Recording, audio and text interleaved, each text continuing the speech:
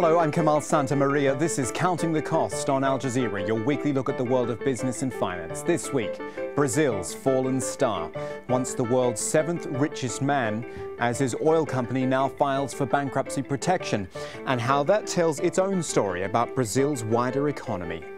Also this week, gold, a resource curse or a boon to the economy. The big gold miners tell us how they spend billions in developing nations. But with gold off its peak, how long will that last? And a Gulf carrier joins one of the world's big 3 airline alliances after years of reluctance. Will the move pay off for Qatar Airways and its new flying partners?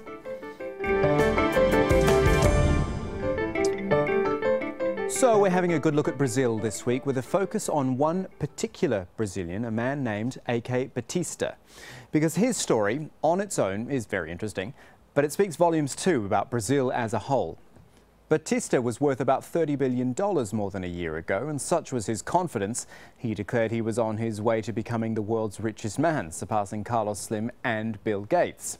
Backing that up was his belief that he was sitting on oil fields off the coast of Brazil, valued at $1 trillion. Bit of a shock then when 4 of the 5 fields were shut down after proving to be little more than duds. Batista's oil and gas company, OGX, filed for bankruptcy protection, the largest in Latin America. But this isn't just about one man's fortune, it's also about a one-time BRICS darling that's in the midst of its own economic woes. Do you remember these protests earlier in the year? They really showed how people felt the last decade of economic growth had just been wasted, with little investment in infrastructure and in education. Go back to 2010, Brazil's economy expanded 7.5%, thanks in large part to foreign investors and a credit and consumption boom. But now, according to the IMF, the economy is barely eking out 2.5% growth. That's this and next year. And the central bank has stepped in to raise interest rates, trying to tame inflation. But let's tell you about Eike Batista first of all, a fascinating character in Brazilian business, as you'll see in this report now from Gabriel Elizondo. Until last year, Eike Batista was Brazil's brash multi-billionaire. A symbol of the boom years, he was worth $35 billion. He said he would make history by becoming the first Brazilian to be the world's wealthiest man. Instead, his flagship business, the oil and gas exploration company he named OGX, has made a different kind of history.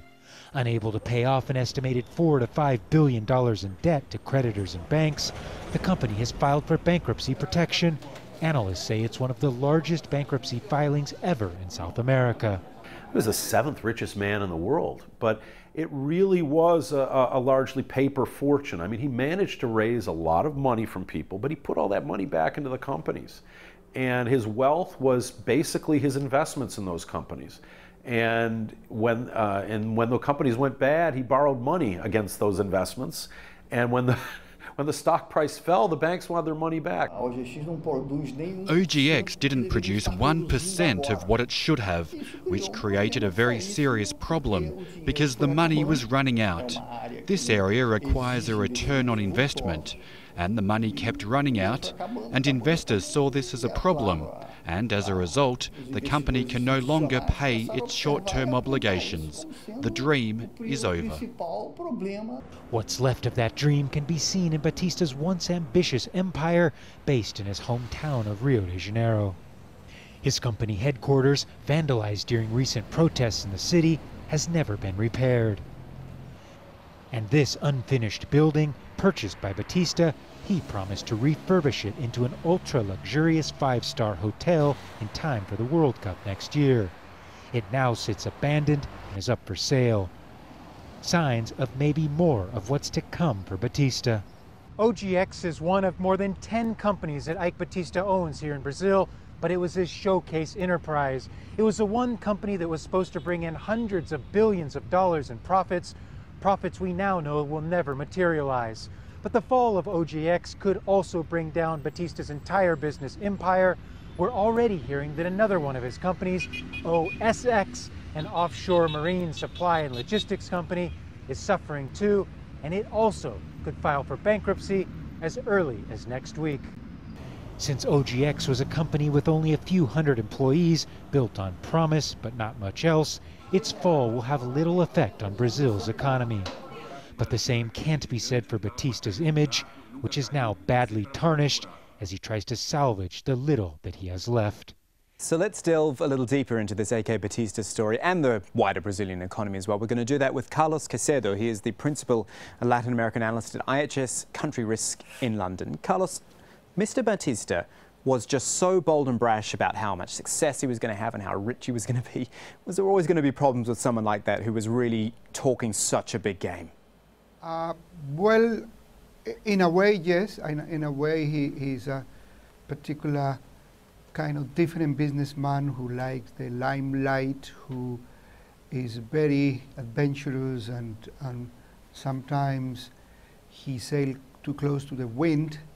But I think when Batista started to be noticed in 2008, a lot of people was very excited about Brazil, and I think the moment when Batista became so important for many investors was in 2010, when Brazil grew by 7.5%. At the same time, Brazil secured the World Cup, the Olympic Games, they have discovered oil. So it makes a lot of sense to feel optimistic on a country within that context. I think what Batista tried to do on paper seems to be very clever, and it makes a lot of sense because he thought that he was going to develop into 3 or 4 key areas which were booming in Brazil: oil, mining, infrastructure, and logistics. And you see the type of business operation his companies have, all of these companies operate in these 4 fields. The thing that nobody could predict at that moment was how the global recession was going to worsen, and most importantly, how China was going to slow down significantly. And you know, Brazil's fate in many ways depends on the health of the Chinese economy. Also, Brazil had, the economy had slowed down significantly, and at the same time, the political situation in Brazil, social unrest, has worsened recently. All these, in a way, affected the perception of investors of Eike Batista and his companies. So it's interesting then that the 4 areas that you mentioned Mr. Batista was involved in are the same sorts of 4 areas that Brazil, as a country, really needed to invest in as well. And if we talk about the wider economy, it seems Brazil just didn't really put the money into infrastructure and manufacturing and the like, and now it finds itself at 2.5% growth rather than 7.5% growth. What went wrong? Yeah, I think one of the difficulties with Brazil is, I guess, the fast economic growth you saw between 2005 and 2010 was a pent-up demand from imbalances that existed before. For example, before 2003, not many people had access to bank accounts. The minimum wage increased significantly over the last 10 years. So there was some catching up that the Brazilian economy did quite efficiently after they put macroeconomically the house in order. But I think those drivers of consumption or a revolution of credit has run their course. The situation now for Brazil is that they need to implement a structural reform. For example, taxation is extremely high. The labor market is very inflexible. And at the same time, something that really killed the manufacturing sector in Brazil was the appreciation of the real. There was a moment in which Sao Paulo was one of the most expensive cities in the world, and every manufacturing good of Brazil was extremely expensive to buy. The real has the value somehow, and now is in a better position, but still I don't think it has reached the right level for the local companies to gain the benefit of a currency depreciation. So those structural reforms... Can I interrupt you, Carlos? Yes. Sorry, I just want to get your thoughts on the current leadership in Brazil. Do you feel that they can actually recover from everything that you've described? Because, it feels like all the gains made during the years of Lula da Silva have been somewhat wasted. Do you feel that this current administration, the Dilma Rousseff administration, can properly rectify that and get back some of those gains from the past years? I think they are trying to do some right thing. For example, they are trying to address the problem of taxation for the corporate sector. They are investing very heavily in infrastructure, but the problem is they left this too late. But we think in the next 2 or 3, 4 years, infrastructure is going to be better, but it will take time. It's not a question, it's not a situation that's going to be sorted out straight away. And at the same time, Brazil has 3 more things to go. It has a very booming agribusiness sector, which is extremely competitive. Secondly, infrastructure investment is coming, and it will be in the next 5 years.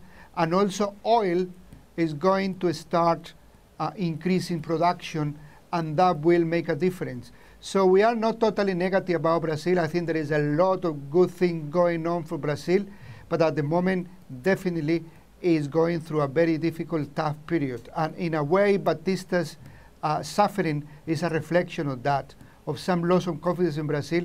But in the mid to long term, Brazil still looks a very, very good story.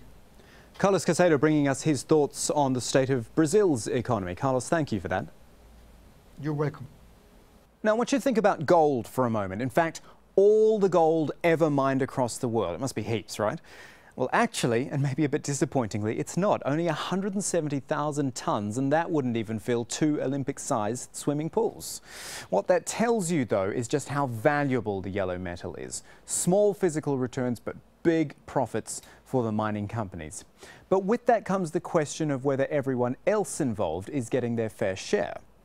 Now, accountancy firm PricewaterhouseCoopers estimates gold mining contributed $78 billion in gross economic value to the 15 leading gold-producing countries, with the creation of 530,000 direct jobs. And the World Gold Council reckons its 15 members, all big mining corporations, spent $55 billion last year in the countries they operate in. Here's how that breaks down: $8.4 billion in tax and royalty payments to governments, $35 billion to local businesses to provide essential services to the mining operations, and $8.3 billion to pay wages to the 250,000 people that they employ. But here's the catch: the price of gold has really fallen since 2012. That hurts all those earnings of the big miners, which in turn hurts the revenue of developing nations where the gold comes from. So how does it all balance out? Well, Terry Heyman is going to tell us about that. He's the Director of Responsible Gold at the World Gold Council. Let's deal with this gold price issue first, Terry, because this is obviously a major factor in how valuable gold is at any given time, obviously. And it's just fallen through 2012 and 2013. How much has the effect been to, I mean, basically everyone who's involved in the gold industry? Gold demand has been remarkably resilient this year.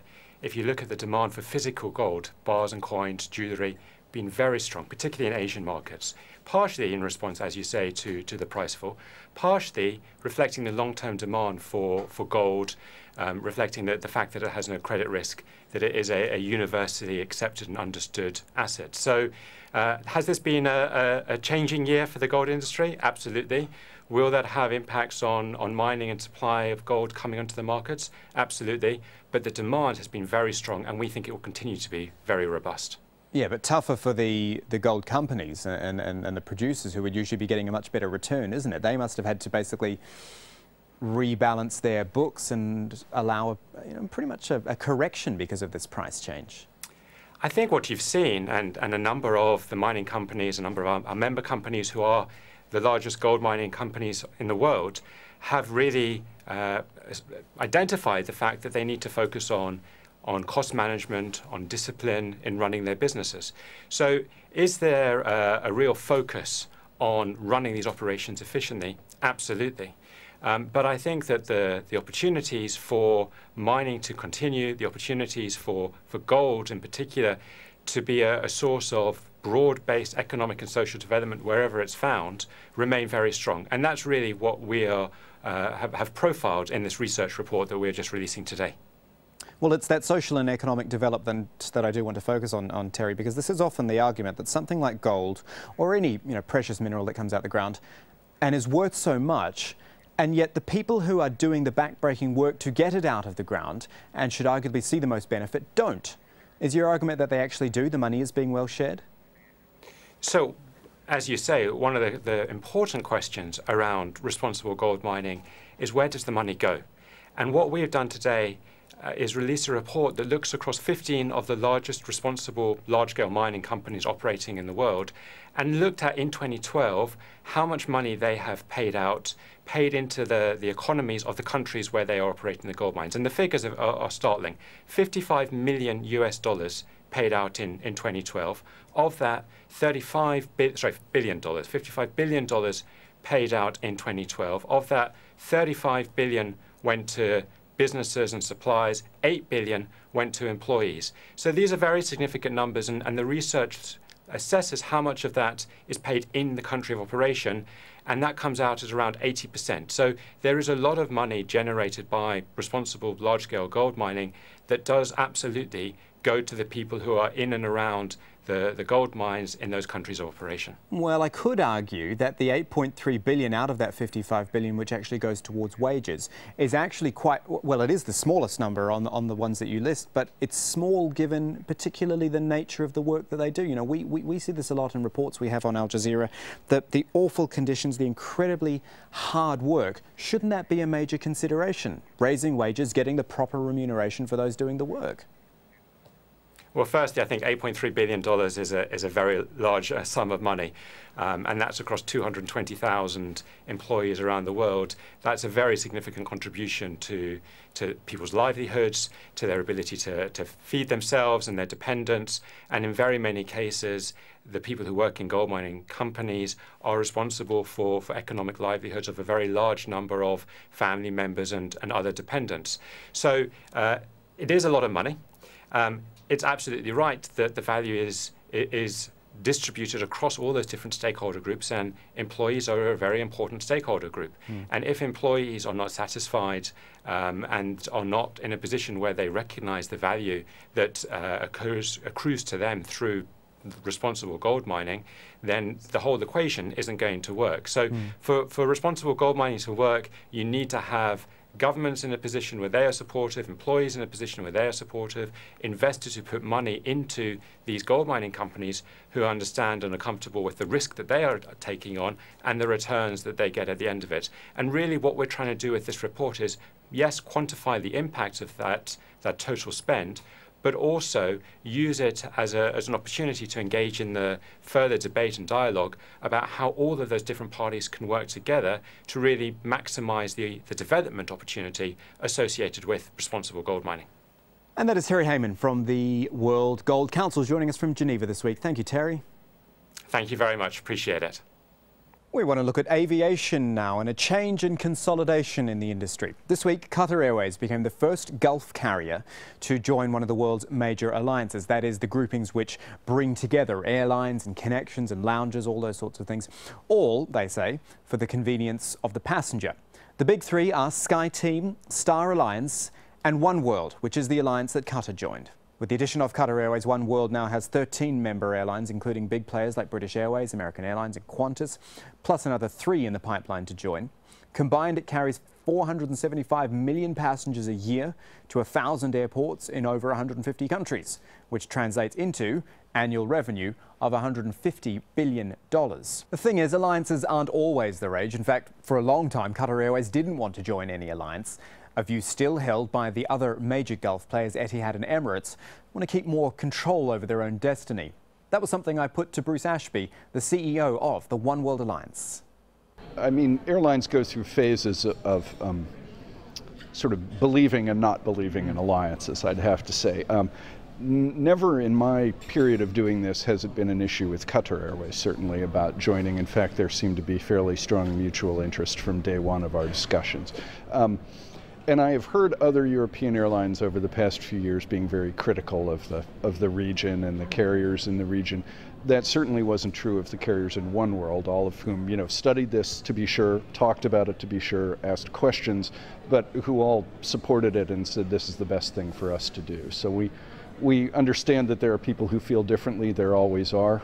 We'll enjoy competing with them because I think we have a winning hand here. Just for our viewers who might be new to the whole alliance idea, give us a quick rundown of two things. One, how much control or otherwise that you as One World exert, and the criteria that you look at for actually bringing members in. Yes, well, okay, now in terms of control, we exercise almost none. Although I am the CEO of One World, my ability to control what the airlines do is a big flat nothing. So what we do actually is help the airlines to coordinate together to offer passengers a seamless travel experience around the world. So what we coordinate is mostly behind the scenes. For example, we want to make sure that you can buy one ticket that works through all the legs of your journey. We want you to check in one time. We want your bag to arrive exactly when you do. We want there to be absolutely no issues about you using the lounge, about you receiving your frequent flyer points, and so on. Now, all that may sound rather easy, but in fact it requires a fairly intensive investment in technology and in procedures and training, which is why it takes a year or more to join an alliance. Right? But we don't control any of the things that people would normally associate with business decisions. For example, we don't tell our members where to fly, what to charge, or any of those kind of things. It's a voluntary cooperation, not a forced one. Okay, the reason I mainly asked that is because I've got an interesting comparison for you here. Go with me on this. The European Union, right? It's a bloc. It covers all these countries which all have their own leaderships and own governments. However, it is a controlling bloc. Now, I know you've said that you don't exert control. However, like we've seen with the European Union, smaller states bringing it down, is there that sort of risk for you with smaller players coming in to your alliance and perhaps not adding as much value as you might like? Well, we select our members fairly carefully. We actually have the fewest number of members of the three major alliances, although we're quite large in terms of the revenue they carry and where they go. In any alliance of airlines, there's a certain amount of common ground that all our members have and a certain amount where they want to express their individuality. And part of the trick is just to allow them to be individuals, but when they want to come together to cooperate, facilitate that to make it happen. And so it is a kind of careful balancing of different needs. Small airlines, large ones, airlines in different parts of the world. All of our members have different issues and see things differently, and yet there's a core of common values they have that's very strong, and so we encourage that. And by the way, that appears to be a set of things that our customers really value because they spend a lot of their travel money with us and seek it out and tell us that they like it. So. I spotted one major hole in your network, and that is Africa. Is that someone that you'd look at now? Because it's quite obvious on the map that there is not a lot of destinations there. Yes, one of the reasons why we found Qatar Airways such an attractive partner is that it offers a reach into a number of places in Africa that's sort of really convenient way to get there for our current members. And there are definitely some opportunities for us in the continent of Africa going forward as well, and we'll keep our eye on it. Final quick thought from you just on the state of the whole industry. 2 years ago, almost at this time, I was at the Dubai Air Show, and we were all talking about $100 a barrel for oil and getting used to that. I think we've probably gotten used to that now. Do you feel the airline industry has leveled out a bit, given that we've still got economic downturn in a lot of parts of the world? Yeah, well, the airline industry, in my 25 years of experience with it, is full of setbacks, reversals, crises, and expenses, and this is one of them. I think people have gotten used to it, unfortunately. You know, I never would have considered 10 years ago that we would be getting used to fuel at this price, but it has happened.